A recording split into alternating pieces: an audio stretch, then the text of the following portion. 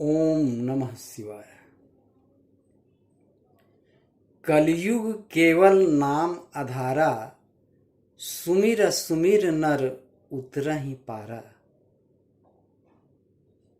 Competition में जब सवाल काफ़ी कठिन आते हैं तो कट ऑफ मार्क्स भी कम करना पड़ता है सिलेक्शन के लिए। भगवान भी बड़े दयालु हैं, दया के सागर हैं। कलयुग में उन्होंने हम सब के लिए बहुत ही आसान परीक्षा कर दी है, बहुत ही आसान। कलयुग में अगर हम सिर्फ शुद्ध हृदय से उनके नाम का स्मरण करें तो फिर हमें संसार की सारी सुख सुविधाएं मिल जाती है और हम भवसागर को पार हो सकते हैं।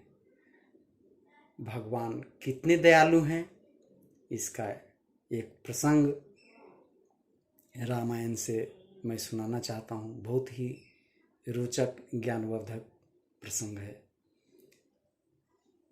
विभीषण को जब रावण ने अपनी सभा में अपमानित किया तो लाचार होकर उसे अपने भाई के दुश्मन के खेमे में आना पड़ा। बहुत ही डरते हुए वो आता है क्योंकि वो दुश्मन का खेमा था समुद्र के दूसरी तरफ। लेकिन जब भगवान श्री राम के शरण में वो आता है तो भगवान तो शरणागत वत्सल हैं, अपने शरण में आए हुए सबका कल्याण करते हैं। और आप सबको पता होगा, हमें भी पता है, भगवान वहाँ पे विभीषण जी को लंकेश कहकर संबोधित करते हैं। सभी लोग बड़े आश्चर्यचकित होते हैं। विभीषण जी भी पूछते हैं कि प्रभु, अभी तो हमारे भैया रावण लंका के राजा हैं। तो भगवान कहते हैं कि आप भविष्य के राजा हैं। जब विभीषण जी वहाँ से हटते हैं तो लक्ष्मण से सहा नहीं गया और वो पूछते हैं कि भैया, विभीषण आपकी शरण में आया और आपने उसे लंकेश बना दिया, लंका का राज दे दिया। अगर रावण स्वयं आपकी शरण में आ जाए तो आप क्या करेंगे? ध्यान दीजिएगा इस प्रश्न पर। लक्ष्मण जी पूछते हैं भगवान श्री राम से, भैया, रावण अगर स्वयं आपकी शरण में आ जाए तो आप क्या करेंगे? भगवान कहते हैं, हे लक्ष्मण, अहंकारी रावण ऐसा नहीं करेगा जैसा तू कह रहा है।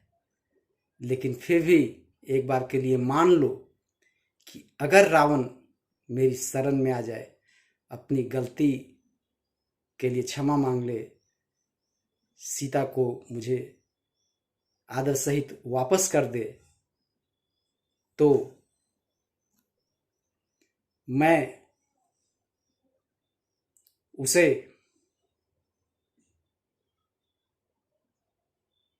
आगे बोलना आसान नहीं, भावुक हो रहा हूँ। भगवान कहते हैं, हे लक्ष्मण, अगर रावण स्वयं चलकर मेरी शरण में आ जाए तो मैं रावण को अयोध्या का राज दे दूंगा। अयोध्या में अभी न मैं शासन कर रहा हूँ और न ही भरत ने उसे स्वीकार किया है। उसने सिर्फ मेरी आज्ञा को मानकर मेरी खड़ाओं की पूजा करते हुए अयोध्या से बाहर रहकर वहाँ का राजकाज चला रहा है किसी तरह। तो अगर तुम्हारे कथनानुसार ऐसा ही हो जाए कि रावण मेरी शरण में आ जाए तो मैं उसे अयोध्यापति बना दूँ। इतने दयालु हैं प्रभु। यह एक उदाहरण है। तो हम सबको भी यह विश्वास कभी नहीं डिगाना चाहिए कि परमात्मा दया के सागर हैं या नहीं हैं। परमात्मा दया के सागर